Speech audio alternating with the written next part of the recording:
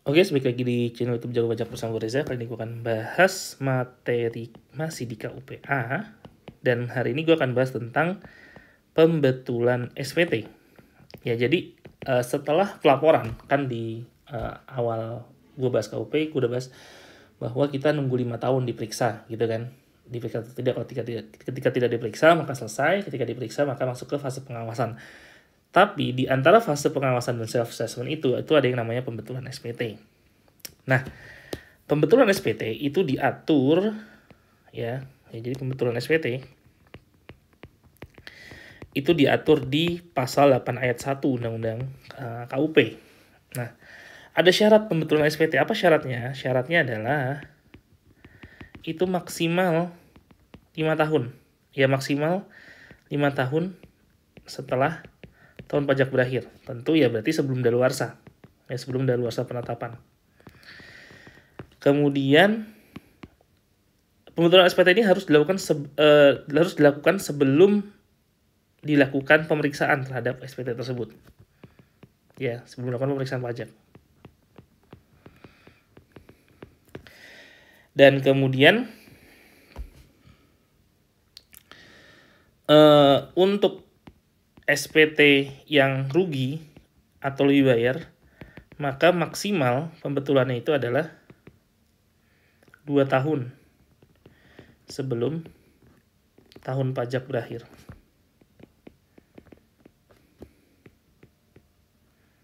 2 tahun sebelum daluarsa.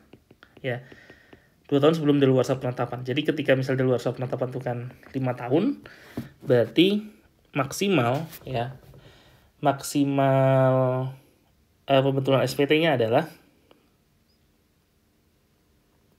3 tahun. Ya, 3 tahun setelah tahun pajak berakhir.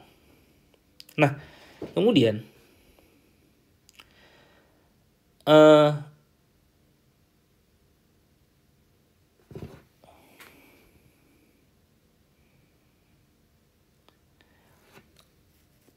ketika pembetulan itu ya pembetulan SPT-nya itu akibat surat keputusan dan putusan rugi fiskal. Jadi misalnya tahun 2018 misalnya, ini wajib pajak diperiksa. Wajib pajak dia melaporkan ruginya misalnya 200 juta misalnya. Kemudian setelah dilakukan pemeriksaan, maka ruginya ini jadi cuman 100 juta. Nah, berarti kan ketika 200 juta ini di 2019 sudah dikompensasikan, ya, ketika sudah dikompensasikan, maka kompensasi kerugiannya tadi kan berubah dari tadi 200 juta jadi 100 juta. Nah, ini ya. Maka ketika ada perubahan ini, maka di 2019 ini juga harus dilakukan pembetulan. Ya, dilakukan pembetulan. Nah, pembetulannya ini menurut menurut PP 50 tahun 2022 ya, peraturan pelaksanaan Undang-Undang HPP untuk KUP, dia maksimal dilakukan 3 bulan. Ya, setelah tanggal keputusan tersebut. Gitu. Nah, lalu ketika dia wajib pajak itu melakukan pembetulan, maka tentu ada sanksi di situ. Ada sanksi karena pembetulan SPT tersebut, ya. Nah, sanksinya berapa? Nah, sanksinya itu sama dengan sanksi telat bayar, karena memang ketika pembetulan SPT itu kan berarti ada sesuatu yang harus dibayarkan ketika misalnya menimbulkan kurang bayar, ya. Jadi ketika pembetulannya tadi itu menyebabkan kurang bayar, maka ini nanti akan dikenakan sanksi berupa bunga. Nah, bunganya berapa? Yaitu sesuai suku bunga acuan ditambah 5% dibagi 12. Jadi sesuai dengan bunga pada kasus ini telat bayar. Ini per bulan, maksimal 24 bulan. Ya. Kemudian pertanyaan berikutnya adalah bagaimana jika wajib pajak sudah diperiksa, apakah dia masih bisa melakukan pembetulan atau tidak. Karena tadi ya, syarat pembetulan SPT itu adalah sebelum dilakukan pemeriksaan. Nah, tetapi ya, wajib pajak itu masih diberikan kesempatan ketika sudah dilakukan pemeriksaan, ya, dia masih diberikan kesempatan untuk melakukan sejenis pembetulan, tapi bukan pembetulan, yaitu namanya adalah pengungkapan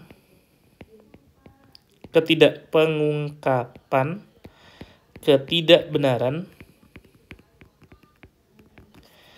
pengisian SPT yang diatur di pasal 8 ayat 4 Undang-Undang PPh. Yaitu syaratnya apa? Syaratnya adalah dia setelah pemeriksaan, berarti ya, setelah dilakukan pemeriksaan, tapi sebelum SPHP, sebelum dilakukan SPHP, sebelum proses SPHP, surat pemberitahuan hasil pemeriksaan. Yang mana jika dia melakukan pembetulannya di sini, di tahap ini, maka sanksinya itu adalah berupa bunga juga, sesuai dengan suku bunga acuan, ditambah dengan 10%, dibagi 12 per bulan. Ya, maksimal 24 bulan. Nah, ini gue kasih contoh sedikit ya guys, yang tadi yang pembetulan di awal. Jadi misalnya gini contoh ya, ada SPT tahunan PPh,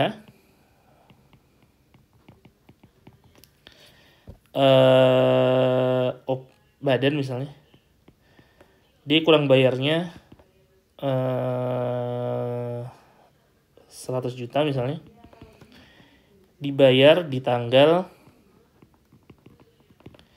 20 April. Ini tahun 2022, ini tahun 2023 misalnya. Ya. SPT tahunan PPh Badan 2022, kurang bayar 1 juta, dibayar di tanggal 20 April 2023. Ini kan nggak telat ya guys.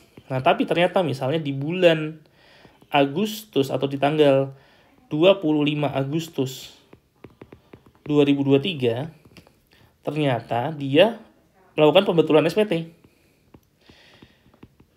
Nah, yang mana KB-nya dari 100 jadi 200 juta misalnya. Nah, berarti kan ada kurang bayarnya berapa? Kurang bayar 100 juta kan. Berarti kita bisa hitung di sini nih. Berarti KB awal itu kan 100 juta. KB di pembetulan itu adalah 200 juta, berarti kurang bayarnya itu jadi 100 juta kan. 200 juta dikurangi 100 juta jadi 100 juta. Nah, ini 100 jutanya ini dikenakan sanksi. Sanksinya berupa apa? Berupa bunga. Ya, bunganya tadi sesuai dengan suku bunga acuan tambah 5% bagi 12. Taruhlah misal suku bunga acuannya 7%. Berarti sesuai yang tadi ya, 1% berarti per bulan. Ya, 7 tambah 5 dibagi 12, berarti 1% per bulan. Dikali berapa bulan? Dikali untuk SPT tahunan PPh Badan itu kan maksimal bayarnya adalah di akhir April. Berarti sanksinya dihitung dari bulan Mei, Juni, Juli, Agustus. Berarti di Agustus udah ada 25 hari, berarti dianggap 1 bulan. Berarti dari bulan apa tadi? Mei, Juni, Juli, Agustus. Berarti 4 bulan. Dikali 4, dikali 100 juta.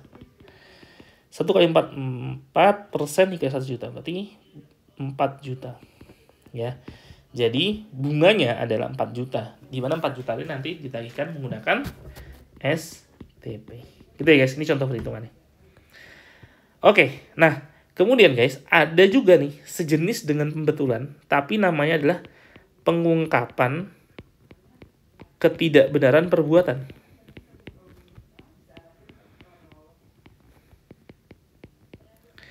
Yang mana dia diatur di pasal 8 ayat 3 Undang-Undang KUP.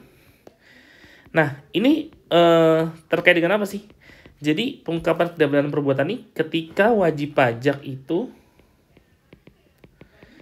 dilakukan pemeriksaan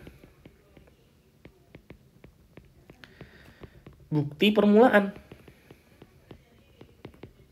Ya, dilakukan pemeriksaan bukti permulaan. Nah, syaratnya apa? Ini harus sebelum dilakukan penyidikan. Sebelum dilakukan penyidikan. Nah, jika wajib pajak itu melakukan pengungkapan ketidakbenaran perbuatan, maka ketika ada kurang bayar yang di situ, maka dikenakan sanksi berupa denda 100%, guys. Ya, denda 100%. Nah, selanjutnya ya. Lalu bagaimana jika sudah dilakukan penyidikan? Nah, ketika sudah dilakukan penyidikan masih ada lagi kesempatan wajib pajak untuk melakukan sejenis dengan pembetulan tadi, yaitu adalah pasal 44B, sesuai dengan pasal 44B Undang-Undang KUP, yaitu penghentian penyidikan. Jadi di sini syaratnya apa? Sudah disidik, sudah dilakukan penyidikan ya. Tapi sebelum penuntutan. Penuntutan. Ya, sebelum penuntutan. Dimana ketika dia melakukan penghentian penyidikan ini, sanksinya adalah ya untuk tindak pidana. Jadi dari sini ke sini ini kan udah ini kasusnya tindak pidana perpajakan ya. Nanti gue akan bahas di KUPB apa aja sih tindak pidana perpajakan itu. Jadi nanti teman-teman bisa lihat untuk sanksinya di sini untuk tindak pidana yang sesuai dengan pasal 38 Undang-Undang KUP, yaitu terkait dengan kealfaan, ya, ketidaksengajaan, gitu ya, kealfaan, maka sanksinya adalah 1 kali pajak terutang. Sedangkan untuk pasal 39 itu sengaja, ya, kesengajaan, misalnya sengaja tidak melaporkan penghasilan yang sebenarnya, gitu ya. Itu di pasal 39, sanksinya adalah 3 kali pajak terutang, dan untuk pasal 39A itu terkait dengan faktur pajak fiktif, faktur pajak TBTS, itu sanksinya adalah 4 kali pajak terutang. Nah, menariknya lagi di menuntut undang-undang HPP, guys, bahwa setelah adanya penuntutan juga, ya, dan setelah kasusnya itu dilimpahkan ke pengadilan bahkan, setelah dilimpahkan ke pengadilan, itu masih ada tuh kesempatan wajib pajak untuk melakukan sejenis dengan pembetulan, ya. Jadi dia bisa melakukan pembayaran pajak tuh. Ini namanya kalau konsep ini namanya ultimum remedium, di mana wajib pajak itu diberikan kesempatan yang seluas-luasnya sampai akhir. Jadi wajib pajak itu ketika dia tidak membayar pajak, itu jalan terakhir itu sebenarnya bukan pidana tapi suruh bayar, ya. Maka bahkan ketika setelah dilimpahkan ke pengadilan pun, wajib pajak itu masih bisa bayar pajak, dan nanti kasusnya dan pembayaran tadi bisa dipertimbangkan dalam pengadilan, yang menjadi wajib pajak mungkin bisa tidak jadi dipidana seperti itu, atau dibebaskan dari tuntutannya tadi, ya. Jadi sanksinya, ya, berapa sanksinya? Sanksinya sama kayak ini di atas. Jadi ketika pasal 38 itu 1 kali, pasal 39 3 kali, dan pasal 39A itu adalah 4 kali. Jadi ini guys ya. Jadi wajib pajak itu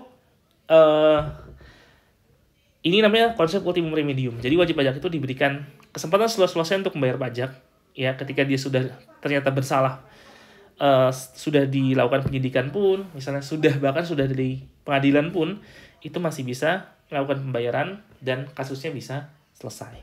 Seperti itu guys. Oke, kira-kira itu yang bisa gue sampaikan di video kali ini. Semoga bermanfaat. Jangan lupa like, subscribe, dan komen channel YouTube gue. Dan semoga bermanfaat. Bye.